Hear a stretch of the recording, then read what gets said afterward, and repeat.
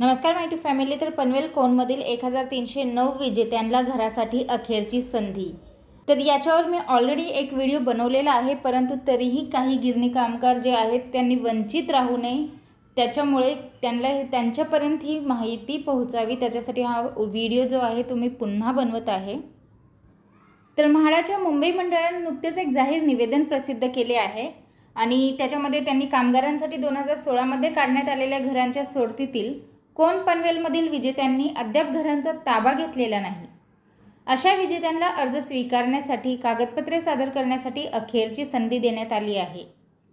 7 August ते 6 September या 30 दिवसाच्या कालावधीत 1309 विजेत्या कामगार वारसांनी म्हाडा कार्यालयात प्रत्यक्ष येऊन अर्ज सादर करावा व मुंबई मंडळाच्या ईमेलवर अर्ज पाठवण्याचे आवाहन मंडळाने निवेदनात केले आहे। या कालावधीत अर्ज न करणाऱ्या विजेत्यांचे घर रद्द करण्यात येणार आहे, त्यानंतर त्यांना संधी दिली जाणार नाही असेही निवेदनात स्पष्ट करण्यात आले आहे। त्यामुळे 1309 विजेत्यांनी यादी तपासून तात्काळ अर्ज करणे गरजेचे आहे। कोणमधील MMRDAच्या भाडे तत्वावरील 2497 घरांसाठी सोडत काढण्यात आली होती। या सोडतीतील विजेत्यांची पात्रता निश्चिती करून त्यांना घरांचा ताबा देण्याची प्रक्रिया मागील काही वर्षांपासून सुरू असून ही प्रक्रिया अंतिम टप्प्यात आहे।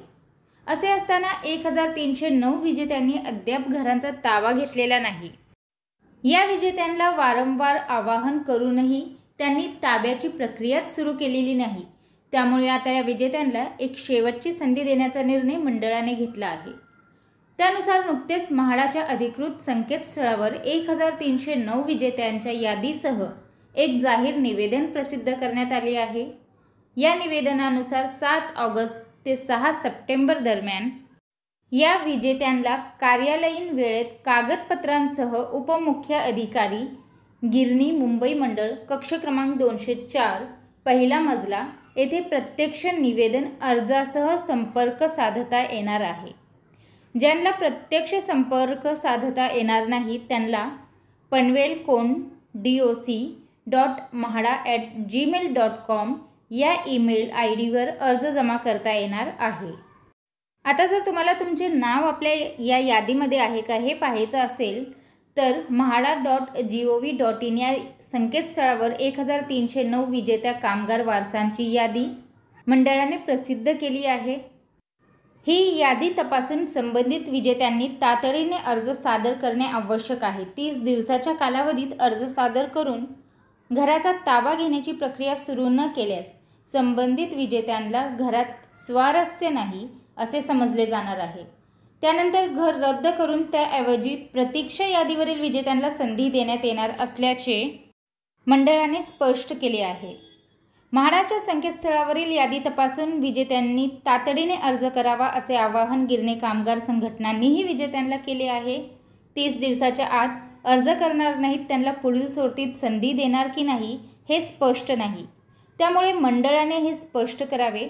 तसेच गिरणी कामगारांसाठी राज्य सरकारने लवचिक धोरण ठेवले आहे। त्यामुळे अशा विजेत्यांना भविष्यातील सोडतीत घर मिळण्याचा अधिकार आहे असे मत गिरणी कामगार संघर्ष समितीचे सचिव प्रवीण येरुणकर यांनी व्यक्त केले। कोणमधील घरांचे देखभाल शुल्क भरमसाठ असून ही घरे मुंबईपासून दूर आहेत, त्यामुळे अनेक विजेत्यांनी ही घरे नाकारली आहेत। कोणमधील घरे रद्द केली तरी त्यांना पुढील सोडतीत संधी मिळणे आवश्यक आहे, त्यामुळे भविष्यातील सोडतीत त्यांना संधी द्यावी अशी मागणी सरकारकडे करण्यात येईल असेही येरुणकर यांनी सांगितले। तर हीच अपडेट मला आपल्यापर्यंत पोहोचवायची होती। व्हिडिओ पाहिल्याबद्दल धन्यवाद। आपल्या सर्वांचे आभार।